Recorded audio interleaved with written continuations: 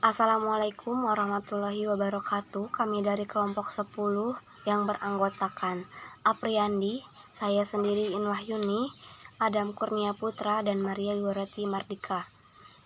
Di sini kami akan mempresentasikan materi mengenai merger dan akuisisi. Saya sendiri akan membacakan pengertian merger dan akuisisi. Merger adalah proses difusi atau penggabungan dua perseroan dengan salah satu di antaranya tetap berdiri dengan nama perseroannya, sementara yang lain lenyap dengan segala nama dan kekayaannya dimasukkan dalam perseroan yang tetap berdiri tersebut. Selanjutnya, akuisisi adalah pengambil alihan sebagian besar atau lebih dari 50% atau seluruh kepemilikan suatu bank. Selanjutnya ada model-model merger dan akuisisi. Yang pertama ada merger horizontal. Merger ini adalah merger antara dua atau lebih perusahaan yang bergerak dalam industri yang sama. Yang kedua ada merger vertikal. Merger ini adalah integrasi yang melibatkan perusahaan-perusahaan yang bergerak dalam tahapan-tahapan proses produksi atau operasi.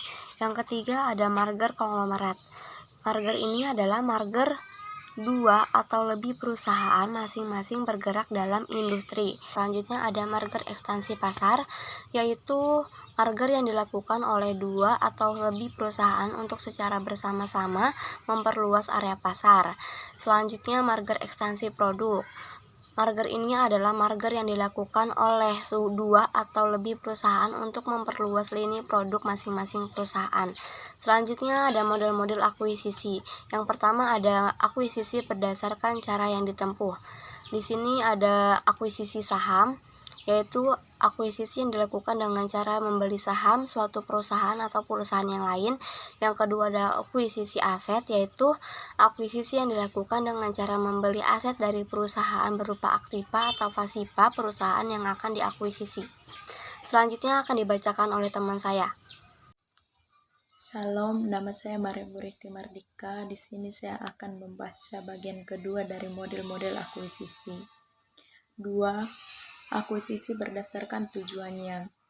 Akuisisi finansial, yaitu akuisisi yang dilakukan dengan maksud untuk mendapatkan keuntungan finansial semata, sehingga yang diperhitungkan adalah untung dan rugi.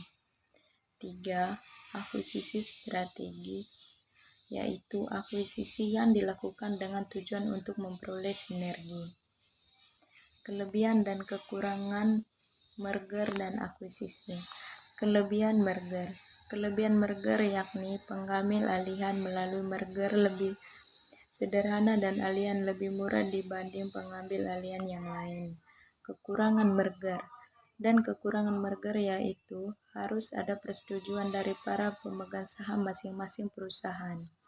Sedangkan untuk mendapatkan persetujuan tersebut diperlukan waktu yang lama. Kelebihan dan kekurangan akuisisi. Kelebihan akuisisi.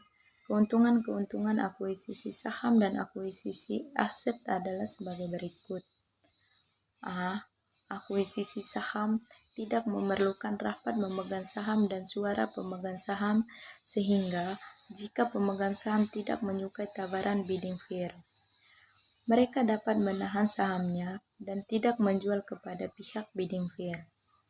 B. Dalam akuisisi saham, perusahaan yang membeli dapat berurusan langsung dengan pemegang saham perusahaan yang dibeli dengan melakukan tender offer, sehingga tidak diperlukan persetujuan manajemen perusahaan. Selanjutnya akan dibacakan oleh teman saya Apriandi. Nama saya Apriandi dari kelompok 10. Di sini saya akan melanjutkan presentasi dari kelompok saya. Kelebihan dan kekurangan akuisisi yang ketiga. Karena tidak memerlukan persetujuan manajemen dan komisaris perusahaan, akuisisi saham dapat digunakan untuk mengambil alihan perusahaan yang tidak bersahabat.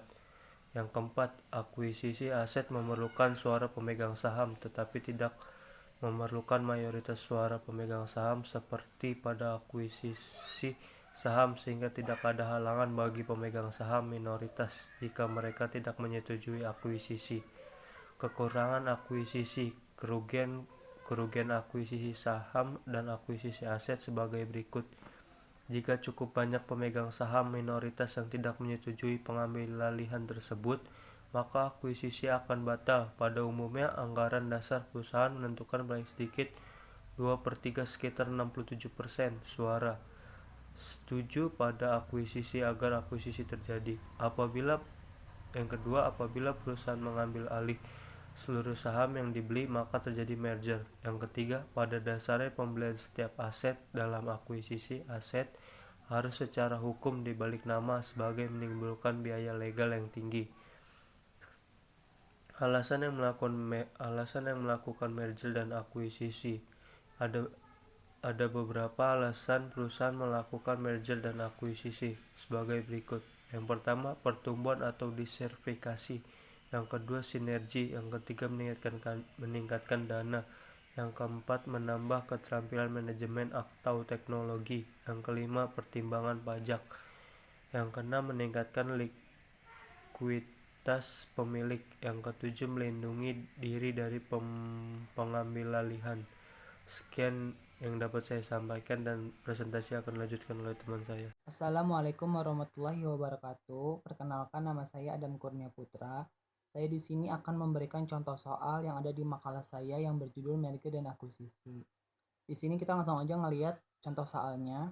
Yang pertama, PT ABC ingin mengakuisisi PT XYZ dengan cara pertukaran saham. Saat ini harga saham PT ABC seharga 18.000 per lembar dengan jumlah lembar saham 20 juta. PT XYZ mempunyai saham yang beredar sebanyak 10 juta dengan harga per lembar Rp 6.000. Para pemegang saham PT ABC akan menawarkan persyaratan yang cukup menarik, yaitu setiap 10 lembar saham PT XYZ akan ditukar dengan 4 lembar saham PT ABC.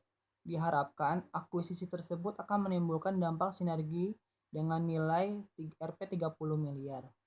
Berapa harga saham PT ABC setelah akuisisi tersebut? Di sini saya akan menjelaskan dan memberikan pertanyaan yang akan saya paparkan. Di sini sudah ada penyelesaiannya dan saya akan memberikan keterangan dapat dari mana nominal yang ada di penyelesaian tersebut. Pertama, kita akan menghitung PV.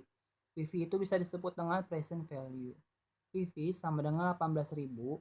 18.000 itu kita dapat dari harga saham saat ini dikali Rp 20 juta, yaitu jumlah lembar saham ditambah Rp 6.000. 6.000 itu kita dapat dari harga lembar per lembarnya dikali 10 juta itu kita dapat dari saham yang beredar ditambah 30 miliar itu adalah nominal akuisisi sama dengan Rp 450 miliar. Perhitungan yang kedua, kita akan menghitung jumlah lembar saham setelah akuisisi. Sama dengan 20 juta. 20 juta itu kita dapat dari jumlah lembar saham ditambah 10 juta yang kita dapat dari saham yang beredar dibagi 10 dikali 4 sama dengan 24 juta. Perhitungan yang ketiga, kita akan menghitung secara keseluruhan, yaitu harga saham setelah akuisisi. Sama dengan 450 miliar kita dapat dari hasil present value atau kita bisa disebut dengan PV dibagi dengan 24 juta. Hasilnya itu kita dapat dari jumlah lembar saham setelah akuisisi sama dengan Rp 18.750 lembar per lembar. Baik, cukup sekian presentasi dari kelompok kami. Kurang lebihnya mohon maaf. Wassalamualaikum warahmatullahi wabarakatuh.